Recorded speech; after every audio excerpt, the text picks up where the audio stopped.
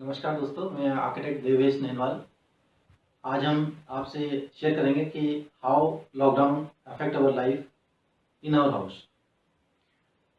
दोस्तों, सबसे पहले आज पूरी दुनिया के पास इस महामारी का कोई भी इलाज नहीं है और अभी तक हमारे पास इस पूरी महामारी से बचने का सिर्फ एक ही उपाय है, वो है आपका अपना घर। जैसे कि आई थिंक सभी लोग जानते हैं कि हमें लगभग 30% बीमारी तो हमें सिर्फ एक बिल्डिंग से ही लगती है, क्योंकि हमारा लगभग 60 से 70% जो लाइफ है बिल्डिंग के अंदर ही हम लोग गुजारते हैं। वो बिल्डिंग आपका घर हो सकता है, कमर्शियल कॉम्प्लेक्स हो सकता है, स्कूल हो सकती है, मॉल्स हो सकता है, मल्टीप्लेक्स हो सकता है, सिनेमा हॉल हो सकता है। तो इट मीन्स हमारी बॉडी लगभग 70%, 24 घंटे में से 70% हम लोग रेडी हैं एक बिल्डिंग के अंदर टाइम स्पेंड करने के लिए। बाकी 30% हमारी बॉडी यूज टू है नेचुरल एयर में, आउटडोर स्पेस के लिए। तो इट मीन्स हमें 30% अपना टाइम आउटडोर स्पेस में स्पेंड करना होगा। बट अगर आपको बोला जाए कि आपको 100% एक इंडोर स्पेस में रहना है, तो ऑब्वियसली नेचुरली आपकी बॉडी उसके अगेंस्ट जाएगी, ये प्रॉब्लम क्रिएट करेगी, आपको मेंटल स्ट्रेस देगी। ये एक नेचुरल प्रोसेस है। तो इस लॉकडाउन में हम 100% अपने घर में विद इन प्रीमिसेस कैसा रहना चाहिए, या हम लोगों ने क्या क्या प्रॉब्लम फेस करी, वो मैं आप लोगों से शेयर करने जा रहा हूँ। जैसे कि अगर हम इसको 3 पार्ट में डिवाइड करें कि फर्स्ट पार्ट था कि डेंस एरिया, सेकंड पार्ट था थोड़ा सा low dense area, and third part था विलेज एरिया। हम डेंस एरिया की बात करें तो जैसे इसमें हम ग्रुप हाउसिंग ले सकते हैं। ग्रुप हाउसिंग में जो भी फैमिली रह रही थी, उन्होंने ये चीज़ खुद ही महसूस किया होगा कि अगर उन्हें थोड़ा भी आउटडोर स्पेस चाहिए तो ऑब्वियसली उन्हें बिल्डिंग से बाहर निकलना पड़ेगा। तो बाहर निकलेंगे तो उन्हें अपनी स्टेयरकेस यूज़ करनी पड़ेगी, लिफ्ट यूज़ करनी पड़ेगी। तो न चाहते हुए कहीं ना कहीं हम एक क्राउडेड एरिया में चले जाते हैं, जहाँ के हमें हो सकता है बीमारी ना भी हो, पर एक मेंटल स्ट्रेस हो जाता है कि कहीं हम इससे अफेक्टेड ना हो जाए। सेकंड, हम बात करते हैं इंडिपेंडेंट हाउस की, जो थोड़ा सा लो डेंस एरिया। अगर इंडिपेंडेंट हाउस की बात करें तो ऑब्वियसली वहाँ भी हमारे पास इंडोर एंड आउटडोर स्पेस दोनों होना चाहिए। अगर हमारे पास ये स्पेस नहीं है, क्योंकि हमने मैक्सिमम क्या कर दिया, आज हम कवर्ड एरिया में चले गए।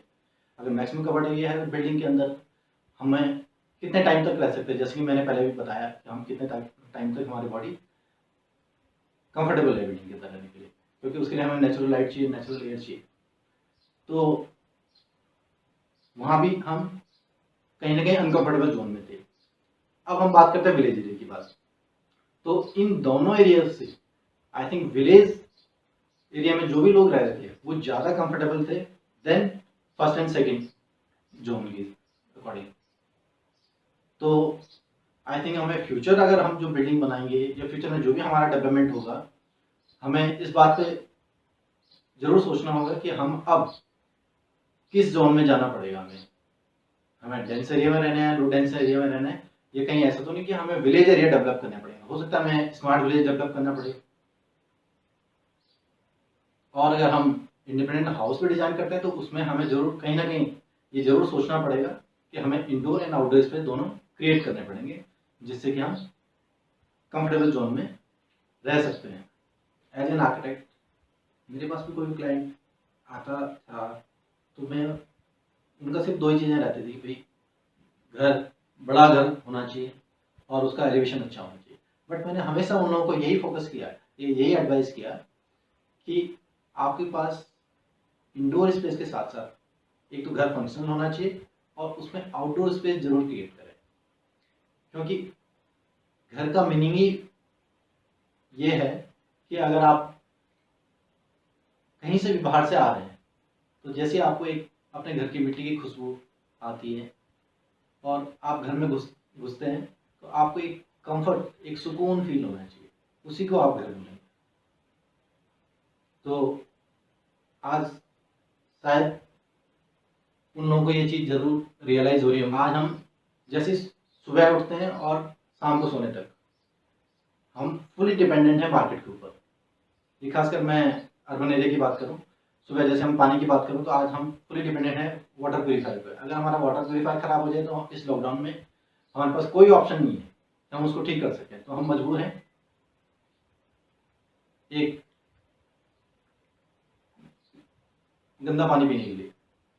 तो हमें इस पर भी कुछ नेचुरल प्रोसेस या नेचुरल सोर्स हमें ढूंढना पड़ेगा कि किस तरीके से हम पानी को पीने योग्य बना रहे हैं। फिर दूसरी हम बात करें अगर एलपीजी गैस के पे, तो एलपीजी गैस का भी हमारे पास कोई ऑप्शन नहीं है। अगर कहीं ना कहीं कोई अगर इसमें कोई इश्यूज आ गए, कोई प्रॉब्लम आ गई, एलपीजी की आपूर्ति नहीं होती है, तो हमारे पास इसका भी ऑल्टरनेट हमें ढूंढना पड़ेगा कि कुछ टाइम के लिए, और या इस टाइप की कोई अगर प्रॉब्लम आती है तो इतने टाइम पीरियड के लिए हमारे पास उसका क्या ऑप्शन होगा। हो सकता है सोलर एनर्जी का हम कुछ यूज़ कर रहे हैं या कोई और ऑप्शन हो सकता है।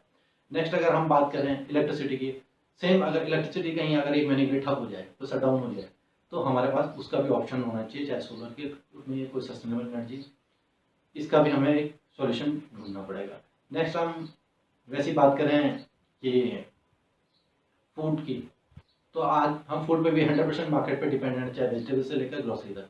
हमारे पास ना हम प्रोडक्शन कर सकते हैं क्योंकि हमारे पास स्पेस नहीं है, और ना हमने अपने घरों में इतना कोई स्पेस क्रिएट किया हो कि हम वहाँ 1 महीने 2 महीने या 3 महीने के लिए हम कुछ राशन रख सकते हैं। जबकि विलेज एरिया में अगर हम बात करें कि विलेज एरिया में उन लोगों ने पहले से ही वो लोग अपने एक क्रॉप ईयर से दूसरी क्रॉप ईयर तक के लिए पूरी उनके पास एक गोडाउन होता था कि जहाँ की वो अपना खाने पीने का पूरा साधन रखते थे। इसके अलावा अगर मैं बात करूं कि जैसे ये लॉकडाउन चल रहा था कि हम लोग एक जगह से दूसरी जगह नहीं जा सकते, तो हमें अपने लाइफ को सर्वाइव करने के लिए कहीं ना कहीं घर पे तो नहीं बैठ सकते हैं, वर्क करना पड़ेगा। तो उस वर्क करने के लिए हमें अपने घर पे भी एक वर्किंग एटमोसफेयर क्रिएट करना पड़ेगा, एक वर्किंग इन्वायरमेंट तैयार करना पड़ेगा जिससे कि हम ऑनलाइन वर्क कर सकें। और हमने लग्जरी को इतनी वैल्यू दे दी कि हमें लगभग 80% दिन में भी लाइट चलानी पड़ती घर के अंदर, और यहाँ तक कि हमने अपनी खिड़कियों तक में फिक्स ग्लास कर दी। हम ये समझते हैं कि अगर हमने खिड़कियाँ खोल दी तो बाहर से धूल आ जाएगी, हम फुली डिपेंडेंट हो गए एसी पे। लाइटिंग रहेगी तो ये हम कैसे सर्वाइव कर पाएंगे। तो हमें कहीं ना कहीं एक नेचुरल एयर, नेचुरल लाइट पे भी ज़रूर ध्यान देना पड़ेगा।